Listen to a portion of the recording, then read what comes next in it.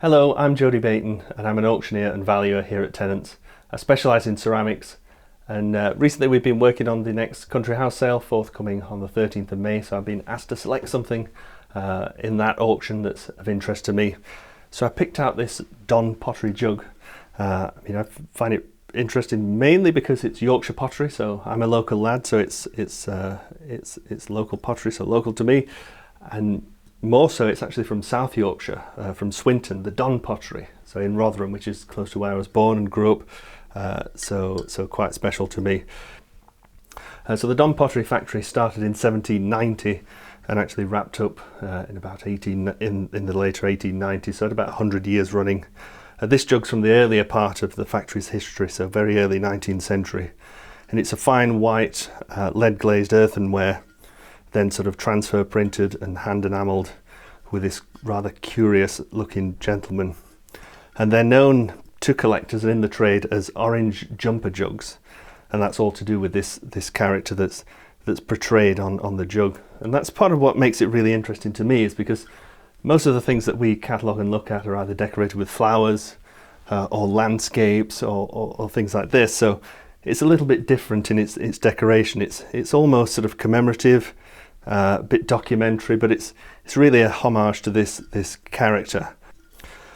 So Orange Jumper's real name was John Clarkson. He was known as a bit of a rascally horsebreaker from Leeds, and he worked for the Fitzwilliams at Wentworth Woodhouse in Rotherham, and he was charged with carrying dispatches between York and Wentworth House. And at Wentworth House is where Viscount Milton lived, who actually stood in the 1807 Yorkshire election, and that's where we're really concerned with this jug, because although John Clarkson and Viscount Milton couldn't be further apart in terms of background and class, the Orange Jumper was actually one of Milton's most ardent supporters during the election, and he would do his bidding during that campaign.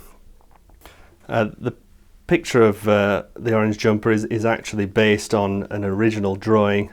Almost looks like a satirical cartoon, and he's a real larger than life character. These jugs are instantly recognizable. There's also a bit of a scroll in between the two portrayals of the character, which has a nice inscription there. "The figure there is no mistaking, it was the famous man for breaking. Oh, that instead of horse and mare, he had but broken crockeryware, each grateful potter in a bumper might drink the health of Orange Jumper." What's really nice about this example, it actually bears a factory mark underneath, which is not that unusual for Don, but most pieces will be unmarked. And although as collectors and specialists we really do like to be able to attribute something by shape or design or other known examples, it's really satisfying for a collector to own something that's unmistakably by the factory because it bears the factory mark. The jug's not without apologies. The glaze is crazed all over. It's broken down a little bit at the base, then some stainings entered underneath. There's also a touch of restoration around the spout, but the jug dates to about 1807, so it's not doing quite that badly for the years it's lived on Earth. And collectors will overlook some of these to a certain level because of its scarcity. You don't see these every day. So we've an auction estimate of 200 to 300. I expect it to do a little bit over 3, but we'll see on the day.